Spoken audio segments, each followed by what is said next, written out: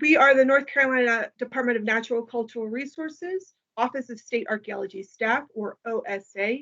Today we'll be covering cemeteries and the stories they tell, discussions identifying, recording, and preserving burial sites.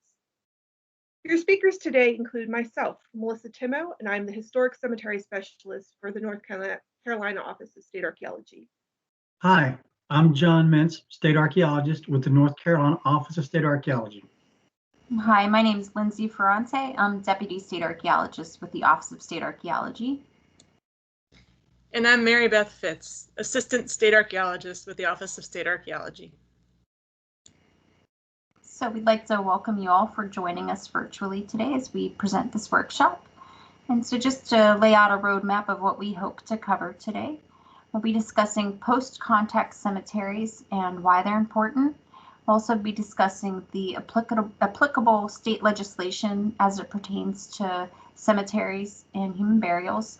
And then we'll also be talking about what we as archaeologists look for when we're recording cemeteries, some of the cultural identifiers that we document, and then also some of the care and preservation that goes into cemeteries.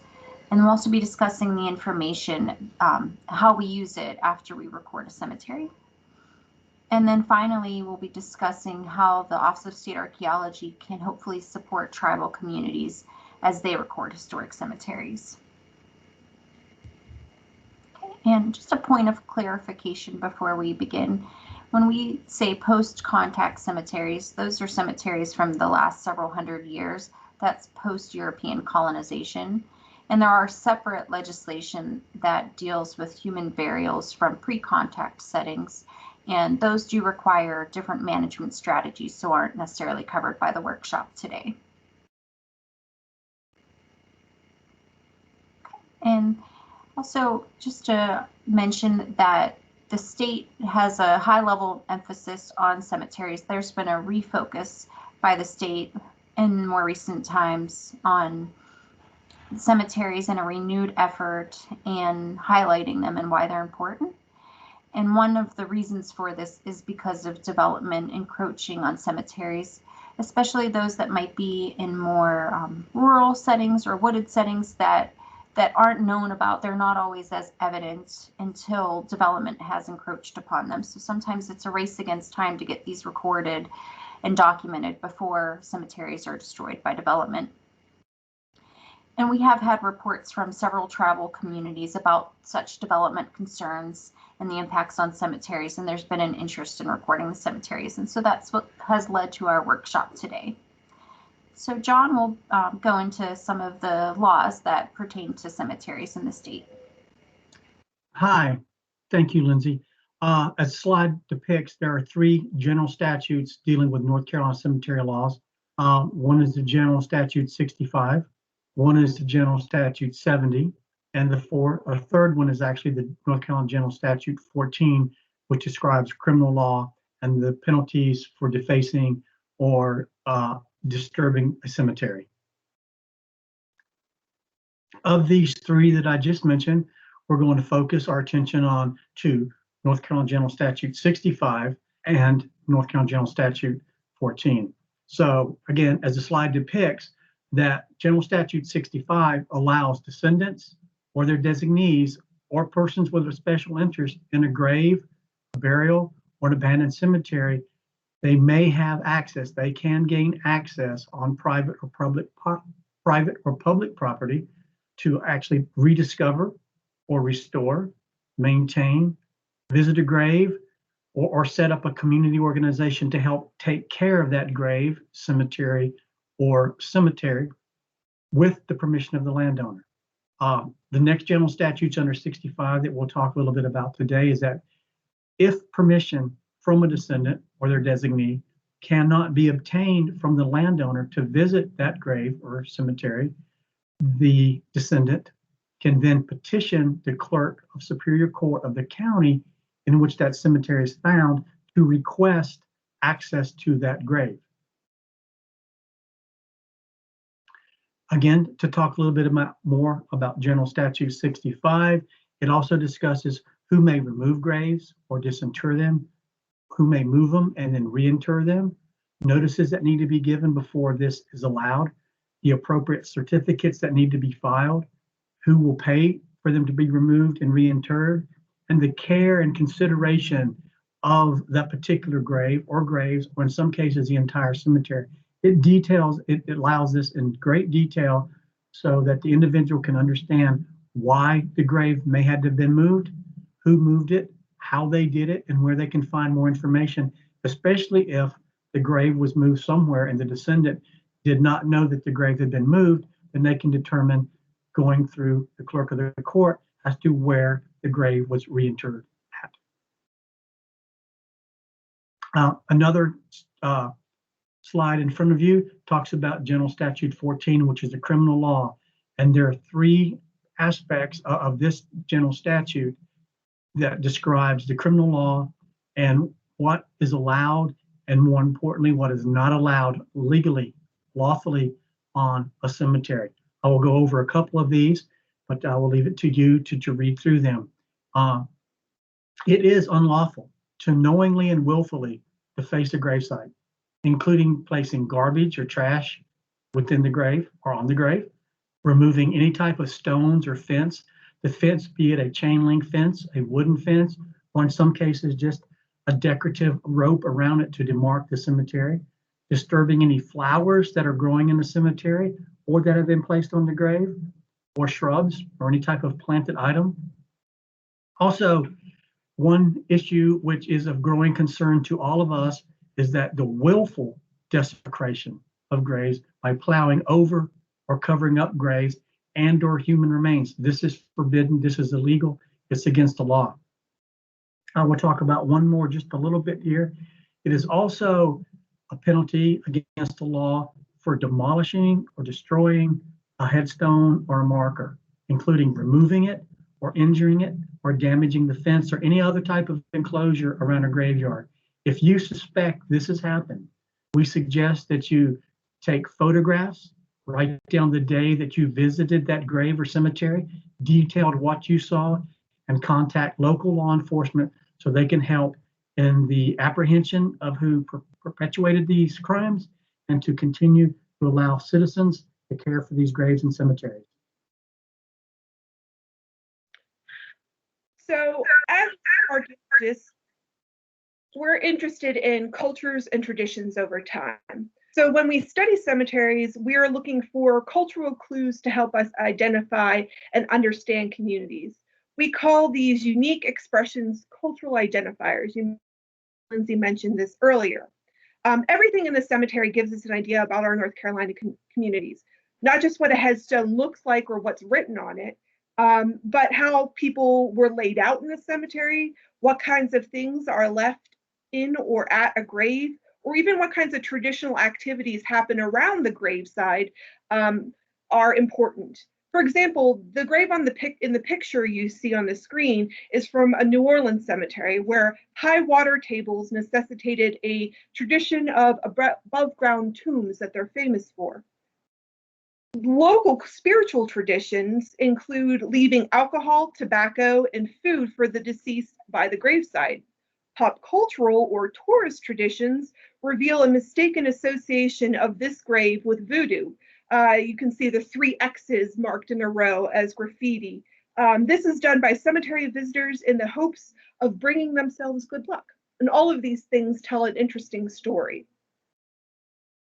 In North Carolina, traditionally African-American cemeteries, we might see echoes of traditions straight from the African homelands, including cemeteries where all the vegetation was scraped back to reveal bare earth like in African villages, which you can see on the left. Shell-topped graves directing the soul to an underwater afterlife, like you can see in the middle. And personal items and everyday items with ties to ancient water symbols designed to help keep the. There are many wonderful traditions you can see across the state, including things like special architecture. You can see the Appalachian grave houses in the top left-hand corner. Special colors, special burial techniques, and remains of commemoration day, family visits, and holidays at the graveside. These practices and things link the living with the dead and create rich and interesting stories that help us better understand North Carolina's past and our present.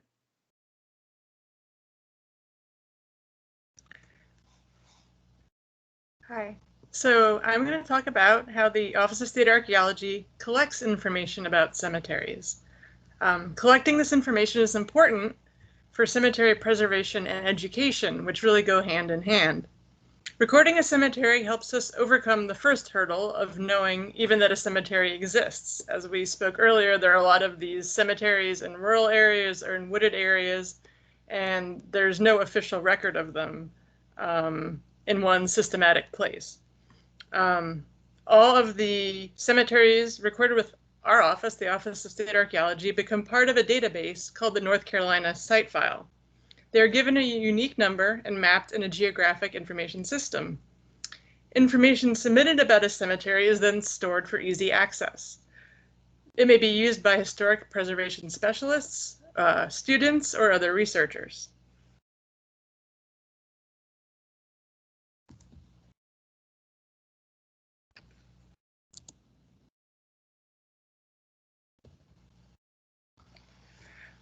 Archaeologists have special training and experience in recording cemeteries.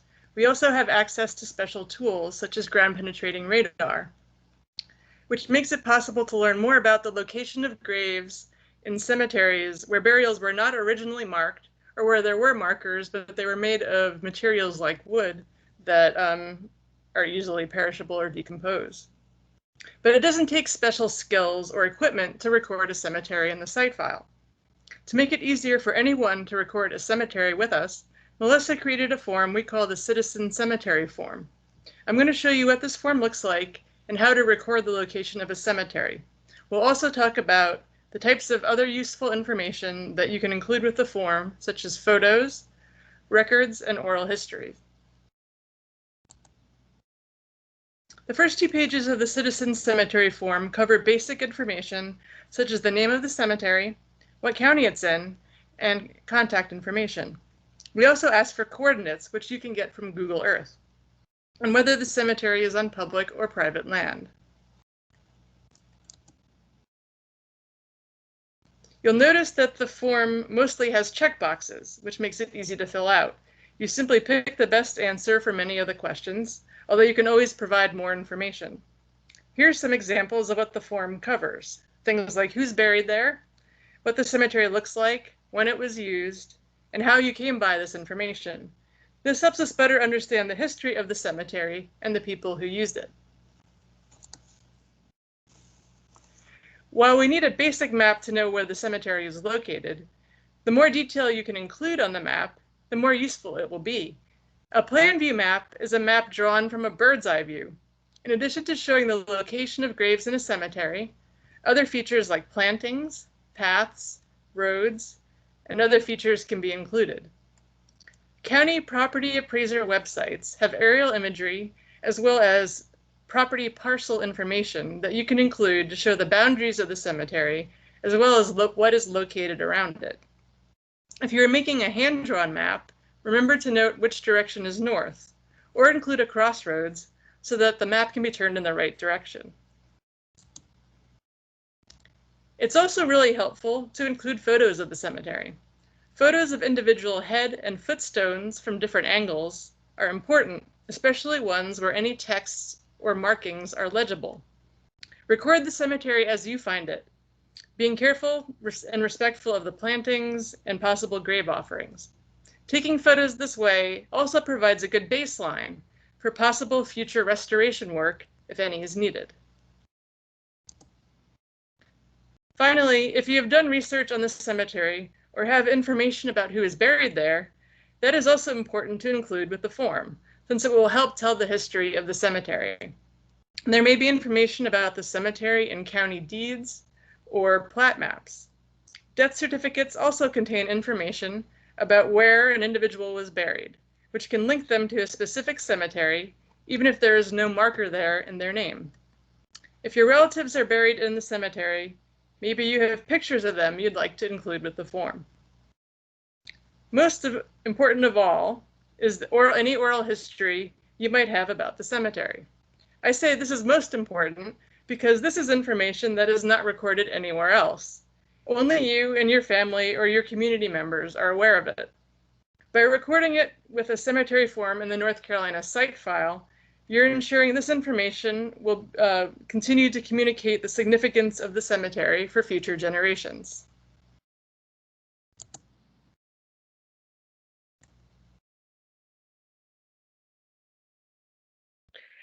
After a survey is completed, there are many steps archaeologists can take to care and preserve an old cemetery.